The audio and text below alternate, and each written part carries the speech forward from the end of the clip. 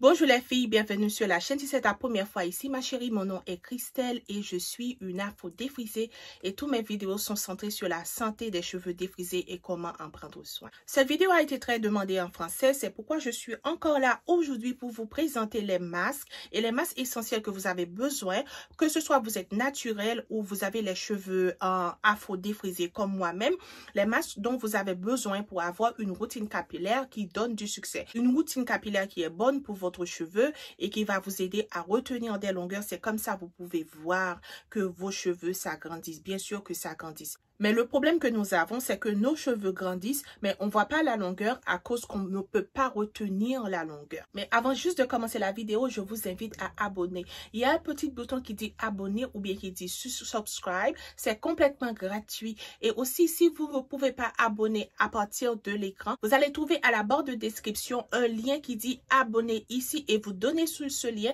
et vous allez retrouver le bouton d'abonner direct. Et je vous dis déjà merci. Alors, on va vite passer au vidéo. Le premier masque que je vais vous présenter ici aujourd'hui, c'est un masque protéiné. C'est pourquoi vous avez besoin des protéines. Vous avez besoin des protéines parce que le protéine forme la structure des cheveux. Ça garde la cheveux sur nos têtes, ça renforce les cheveux, ça fortifie les cheveux. Alors, le premier masque que je vais vous présenter, ça c'est un hair mayonnaise. Et je ne vais pas mettre des photos parce que l'application que j'utilise aujourd'hui ne me permet pas ça. Alors là, c'est un hair mayonnaise. Et vous pouvez trouver hair mayonnaise de chez Olive Oil, mais aussi de Original African Best. Et c'est un protéine c'est un protéine d'œuf. Alors, si vous avez des cheveux qui sont malmenés, des cheveux qui sont extrêmement fragiles, et comme on dit parfois, les cheveux, ça vient dans les mains, il y a des gens qui disent que les cheveux sont pourris et tout ça. Alors, vous avez besoin d'incorporer un masque protéiné dans votre routine capillaire. Alors, je vais tout juste vous dire comment vous pouvez utiliser ce masque. Vous pouvez suivre les instructions sur le masque, mais moi, je ne suis jamais les instructions. Je fais ce que je pense qui est bon pour mes cheveux. C'est comme si je mets le masque. Parfois, j'ajoute un peu d'huile d'olive ou un peu d'huile de coco, mais vous pouvez utiliser sans huile et vous appliquez sur le corps des cheveux. Sur le corps des cheveux, vous mettez votre cheveu en section. Hein. Il faut toujours mettre les cheveux en section. Comme ça, vous vous assurez que tous les cheveux en ont un peu de masse. Et après, vous appliquez de la racine aux pointes et vous couvrez avec un sachet de supermarché ou bien avec un bonnet en plastique et vous laissez ça de 45 minutes à 1 heure de temps si vous n'avez pas un casse chauffant. Si vous avez un casse chauffant, je veux dire, vous pouvez laisser entre 20 à 30 minutes. Moi, parfois, je laisse 20 à 30 minutes, parfois même 45 minutes si je suis occupée autour de la maison. Alors, pour les masques protéinés, je vais vous présenter un second masque que vous pouvez aussi considérer comme la protéine, mais c'est pas assez fort. Alors, ce sont des masques qu'on appelle des masques reconstructeurs. Alors, ces masques-là, ils sont pas aussi durs, ils sont pas aussi durs, aussi forts que les masques qui sont à base d'œufs, les hair mayonnaise ou bien les kératines, mais vous avez aussi des masques qui ont d'autres types de protéines. Alors là, je vous passe du ApHogee, hein. Regarde la bouteille, les filles, regarde la bouteille. Je vais mettre des photos, hein. Vous pouvez utiliser le ApHogee qui à 2 minutes seulement, ça va vous mettre les cheveux en bon état. Ou vous pouvez aussi utiliser l'olive oil qui est le Replenishing Conditioner. Vous voyez ça? Alors moi, ces deux masques-là, je les aime beaucoup. J'en ai toujours de ces masques dans mes produits. Parce que là, ce sont des masques doux que vous pouvez utiliser toutes les semaines. Mais comme je dis toujours sur la chaîne, quand vous utilisez un masque protéiné, il faut toujours en suivre avec un masque hydratant. Parce que vous mettez l'hydratation pour vous adoucir les cheveux. Parce que si vous n'adoucissez pas les cheveux, alors quand vous allez manipuler les cheveux, ça va se casser. Alors, c'est vraiment, vraiment important. Alors là, je viens de présenter seulement 3 masques pour les masques de protéines. Et j'ai aussi parlé des masques protéinés. Alors là, je vais vous parler des masques hydratants. Les masques hydratants, ce sont des masques qui sont un peu rares sur le marché. Quand je dis rares, c'est pas qu'on ne peut pas les trouver, mais il faut faire un petit recherche. Il faut connaître les noms pour les trouver. Parce que normalement, tous les masques sur le marché en ont un peu de protéines, généralement. Alors, pour trouver des masques qui n'ont pas de protéines, parfois c'est un peu rare. Alors, le masque que je vais vous présenter aujourd'hui, c'est de chez Azayam. C'est le Hydration Elation de chez Azayam. Et ce masque-là, c'est 100% hydratant, ça n'a pas de protéines là-dedans. Mais aussi, il y a un autre masque de chez Aphogee qui s'appelle Balancing Moisturizer. Et là, c'est la même compagnie. C'est pour dire que si vous utilisez ce masque protéiné de chez Aphogee, vous pouvez en suivre avec ce masque hydratant. Et vous pouvez utiliser ce masque hydratant pour n'importe quel masque protéiné que vous utilisez.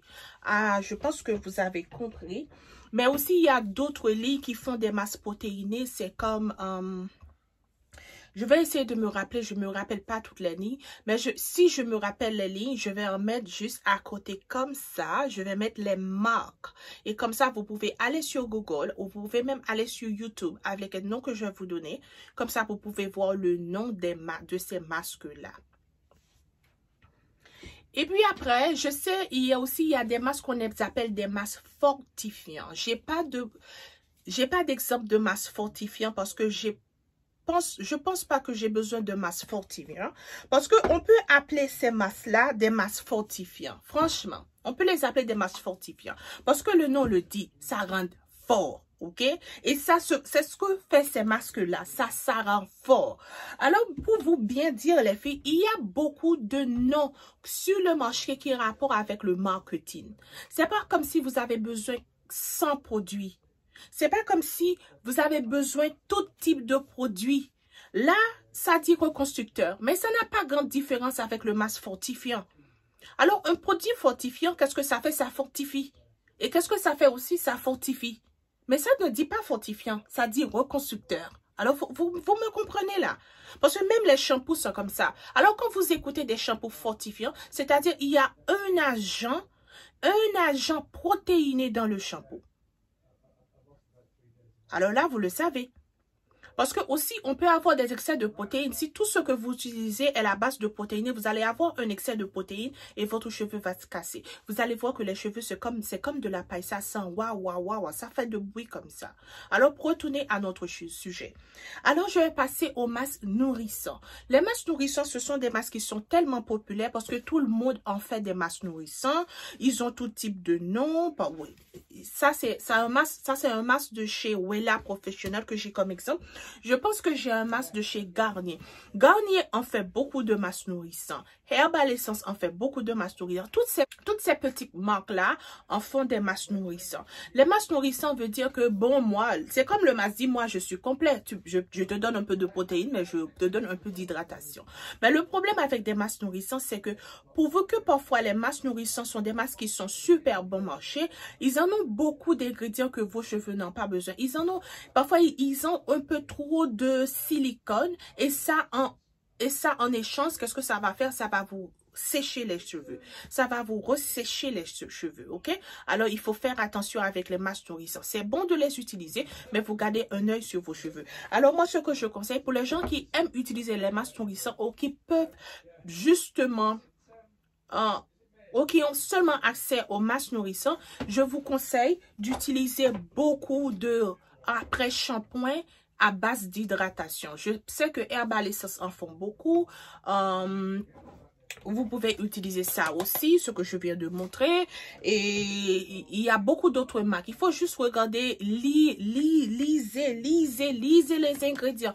Lisez ce que la bouteille dit, les filles. C'est pas parce que quelqu'un vous dit, bon, d'aller acheter ça, vous voyez que la personne a utilisé ça et vous-même, vous courez, vous l'achetez aussi. Il faut faire beaucoup attention avec ça.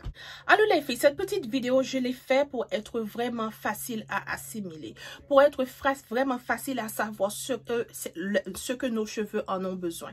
Nos cheveux n'ont pas besoin beaucoup trop. On a besoin de protéines, on a besoin d'hydratation, on a besoin de protéines, on a besoin d'hydratation. Je vais encore le répéter. C'est qu'au jour de votre lavage, essayez d'avoir tous les produits basiques à base d'hydratation, comme le shampooo. Hein? Arrête là avec les shampoos de kératine et les shampoos fortifiants, les filles. Parce que ça va pas vraiment vous aider. À la longue, ça va pas être bon pour vos cheveux. Parce que ça va être beaucoup trop de protéines. Alors, faites en sorte que vos basiques sont purement hydratants. Comme vos shampoos, vos après-shampoings. Et après, vous saurez ce que vos cheveux ont besoin au cours de lavage. Si c'est un peu de protéines, alors vous mettez un peu de protéines et vous allez encore avec l'hydratation. Alors, j'espère que cette vidéo avait aidé quelqu'un et je vous vois bientôt dans une autre vidéo. Et n'hésitez pas à poser vos questions, à partager avec moi à la barre de commentaires et je vous dis à bientôt dans une autre vidéo.